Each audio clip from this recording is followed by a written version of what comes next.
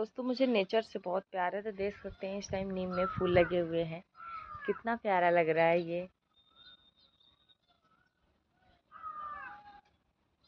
अभी आपको दूसरा फूल दिखा, चलो वेट करो, मैं दिखाती हूँ, जल्दी से दिखाऊंगी। बहुत प्यारा है, देखना आप भी, आपको भी प्यारा लगेगा। आप भी उसमें मंत्रमुग्ध हो जाएंगे, कहेंगे सच में यार नेचर में बहुत खूबसूरती होती है। वाकई नेचर में बहुत खूबसूरती होती है। देखिए महुआ गिरा हुआ, अभी पिनाया नहीं है।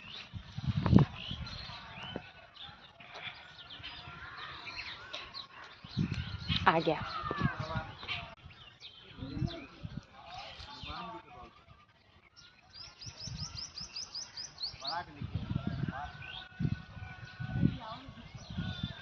अरे मोड़ के आएगा।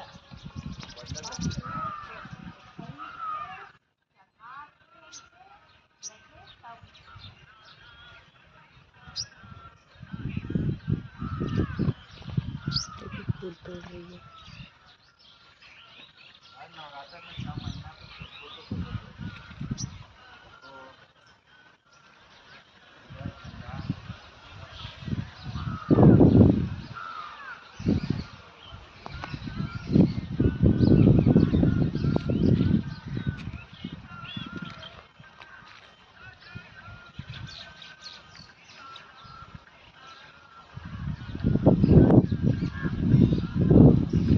चिड़िया फूल तोड़ने के लिए आई थी।